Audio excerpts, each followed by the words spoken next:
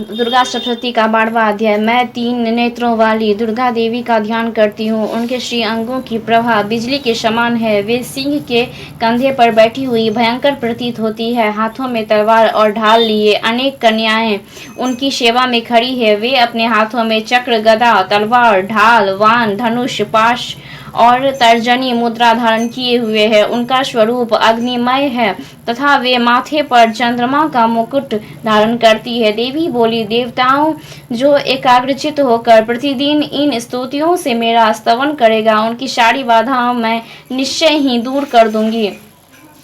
जो मधु केटव का नाश, महिषासुर का वध तथा शुभ निशुभ के संहार के प्रसंग का पाठ करेंगे तथा अष्टमी, चतुर्दशी और नवमी को भी जो एकाग्रचित हो भक्ति पूर्वक मेरी उत्तम महात्म्य का श्रवण करेंगे, उन्हें कोई पाप नहीं छू सकेगा।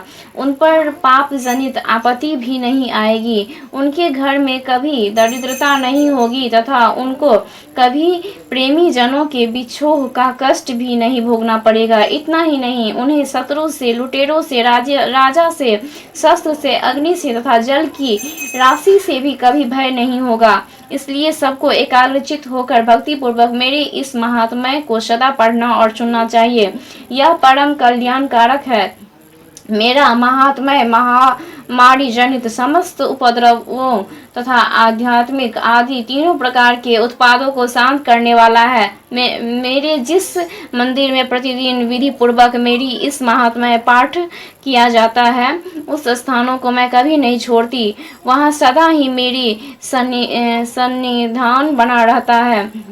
बलिदान, पूजा, होम तथा महोत्सव के अवसरों पर मेरी इस चरित्र का पूरा पाठ और श्रवण करना चाहिए। ऐसा करने पर मनुष्य विधि को जानकर या बिना जाने भी मेरे लिए जो बलि, पूजा या होम आदि करेगा, उसे मैं बड़ी प्रसन्नता के साथ ग्रहण करूंगी।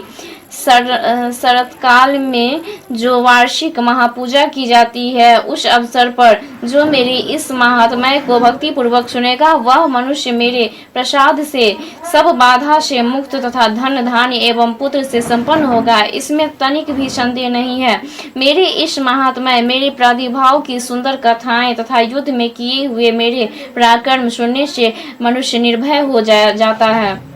मेरे महात्म्य का श्रवण करने वाले पुरुष के शत्रु नष्ट हो जाते हैं, उन्हें कल्याण की प्राप्ति होती तथा उनका कुल आनंदित रहता है। सर्वत्र शांति, कर्म में बुरे स्वप्न दिखाई देने वाले तथा ग्रह जनित भयंकर पीड़ा उपस्थित होने पर मेरा महात्म्य श्रवण करना चाहिए।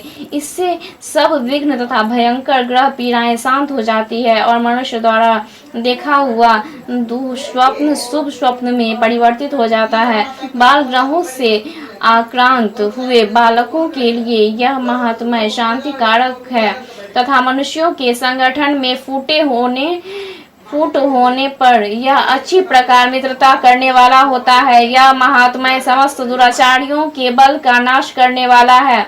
इसके पाठ मात्र से राक्षसों, भूतों और पिशाचों का नाश हो जाता है। मेरा यह सब महात्म्य मेरे सामीप्य की प्राप्ति कराने वाला है।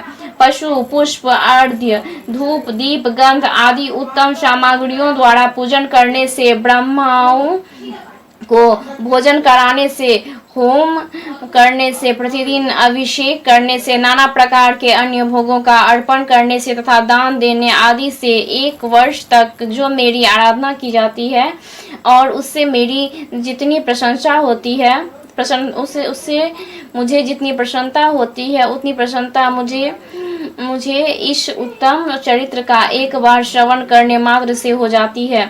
इस महात्म्य श्रवण करने पर पापों को हर लेता है और आरोग्य प्रदान करता है। मेरे प्रतिभाव का कीर्तन समस्त भूतों से रक्षा